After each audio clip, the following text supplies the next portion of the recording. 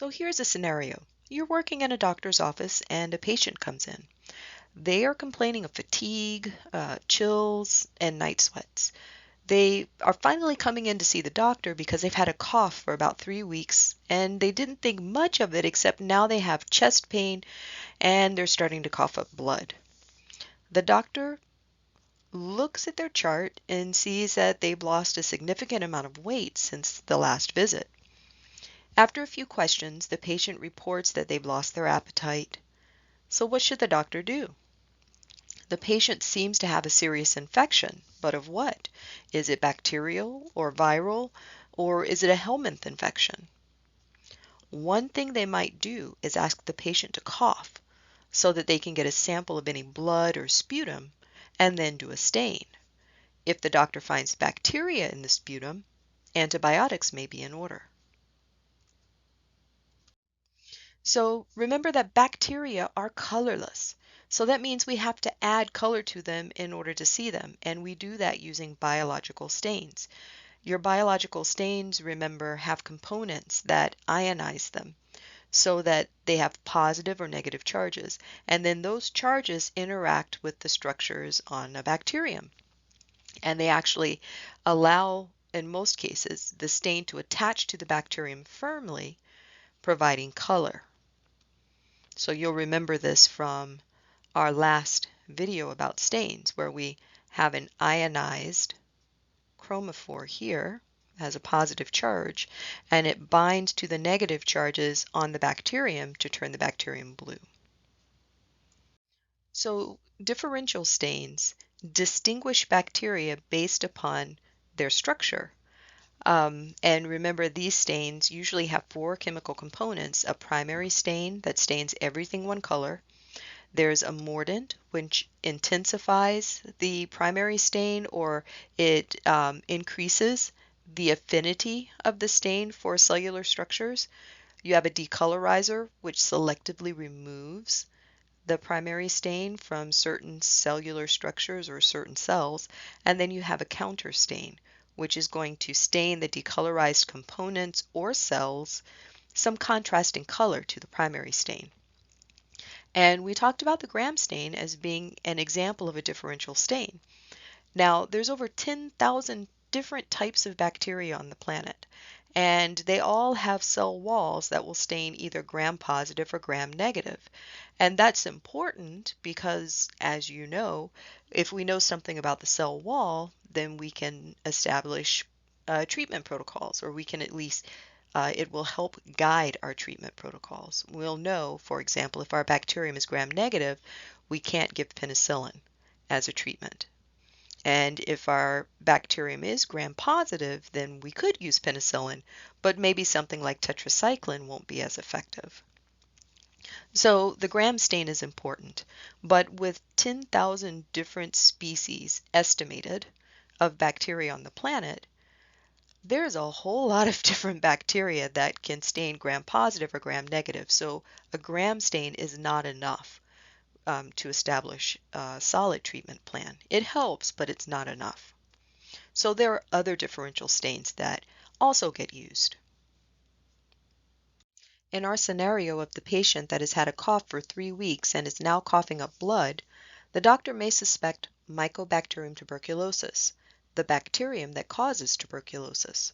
A good clinician will know that this bacterium contains mycolic acid, a thick waxy lipid that helps prevent the bacterium from being phagocytized in the body. A quick way to detect the bacterium is to do an acid-fast stain. Acid-fast stains detect mycolic acid. In this stain, a bacterial smear is prepared. So, for example, the doctor might take a bit of sputum from the patient and smear it across a microscope slide. Then they would dry the slide and the sputum. Next, they would add the primary stain, which is carbolfuchsin. Carbolfuchsin is sometimes complexed with phenol, which penetrates lipid substances.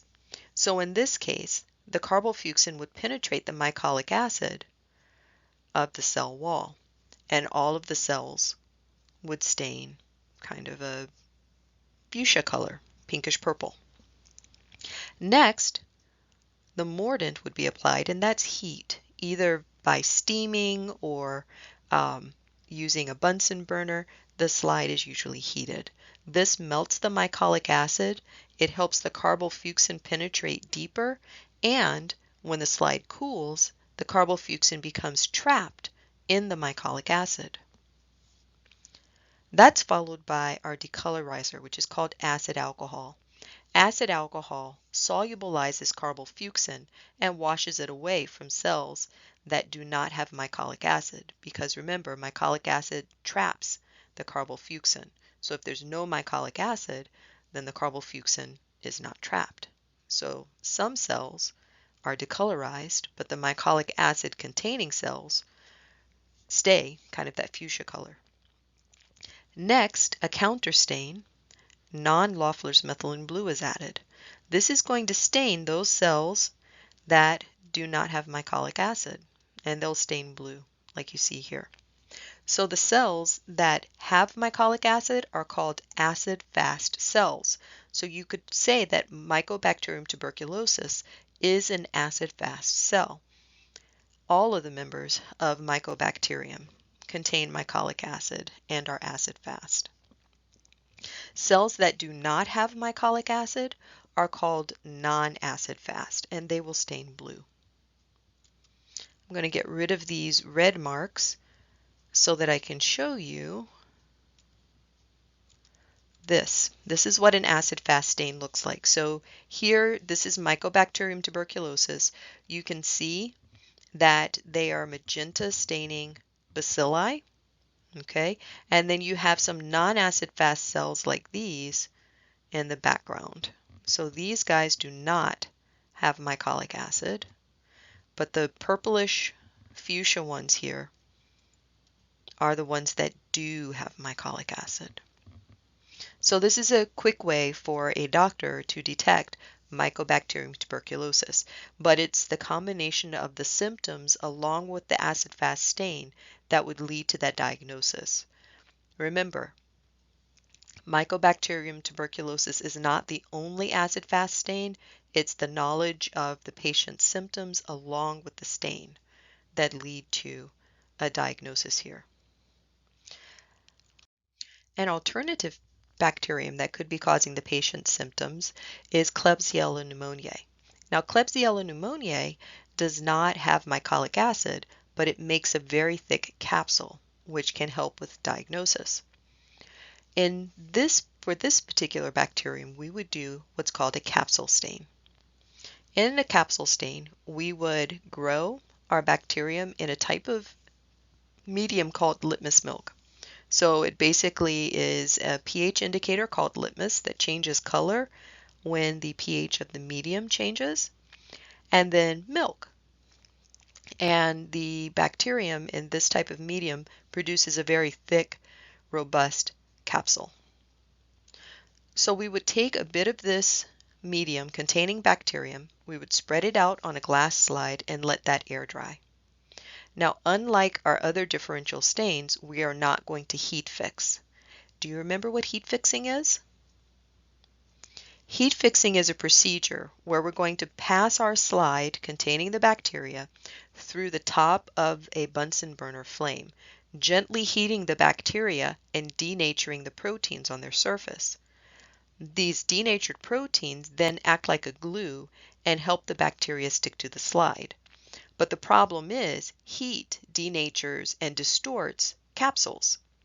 So for a capsule stain, like the one I'm going to describe now, we actually don't heat fix because we don't want to shrink or distort the capsule. So here's how this stain works.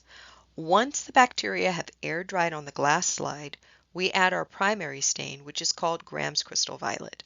The crystal violet is going to stain the milk proteins from the medium as well as stain the bacterial cell. What it won't stain is the capsule. To decolorize the slide, we're going to add 20% copper 2 sulfate. This will wash off some of the crystal violet and it will decolorize the capsules. So what we get is something that looks like this, where the bacterium is stained a dark purple from the crystal violet, but the decolorized capsule appears as a white halo. Here's what it looks like for real. So you can see some well-stained K. pneumoniae here. The white halo around the purple cells is the capsule. So if our doctor had not found Mycobacterium tuberculosis, he might give the patient a broad spectrum antibiotic that would kill bacteria that are gram-positive or gram-negative while he did a follow-up test to detect Klebsiella pneumoniae. Part of that battery of tests could be a capsule stain like this one. Another differential stain which can be useful in diagnosing and studying some bacteria is the endospore stain. In the endospore stain, we're detecting the presence of endospores. Here's how this stain works. First, you would prepare a bacterial smear. So you would take a bacterial specimen, smear it onto the surface of a glass slide, allow it to air dry. Then you would pass the bacteria face up, through the upper part of a Bunsen burner flame. Again, this denatures the proteins on the surface of the bacterium, and they act like a glue, helping the bacterium stick to the glass slide. Next, we would add our primary stain, which is called malachite green. As the name suggests, it's going to stain everything green. Then we'd apply our heat. There's a few different ways of applying heat. Some of the ways that we've used at Bristol, a steam bath by far is the best way of applying steam. Here you would take a beaker of water and then you lay the slide over the beaker of water, turn a hot plate on under the beaker of water and let steam come up from the water. And then that moist heat helps the malachite green to penetrate any endospores that might be present. Another way of accomplishing the same thing, and I don't recommend this way, but we've done it in the past, is to use a Bunsen burner. You turn it upside down so that the flame actually touches the surface of the stain, and you heat up the stain so that it penetrates the endospores better. The way that we commonly use now is we do what I call the superheat fix. So while we're heat fixing our bacterial smear, we just keep the smear in the Bunsen burner flame a bit longer. This helps to break the proteins in the endospore so that the stain can penetrate better. After we've done our heating step, we allow the slide to cool, and then we add water. Malachite green is soluble in water, so the water is actually going to wash the malachite green off of the slide and out of our bacteria, except for the endospores, which, because of their thick protein coat, actually hold on to the stain a bit more. Then we stain all of the decolorized structures with endospore safranin. Safranin turns cells red or pink, so our decolorized structures will turn red or pink. After doing all of this, we would rinse with water and then blot dry. So what we're basically going to do here, or the idea here, is that cells that don't have an endospore are going to be red. Cells that have an endospore will be red, but they might have a kind of green mass inside of them. That's the actual endospore. And then occasionally we'll have just endospores that are not inside of a mother cell, like these two guys here. You get rid of these red marks.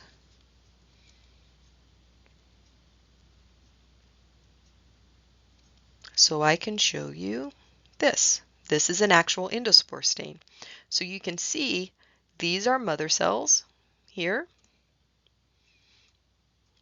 Here's a good one. This is a mother cell that actually has an endospore inside of it. Others of these are not necessarily mother cells, they're just bacteria. Here's another mother cell that has an endospore in it. Here's another one.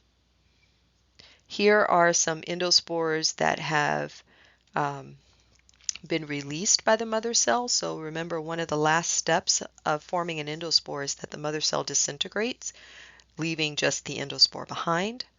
So that's what you're seeing here,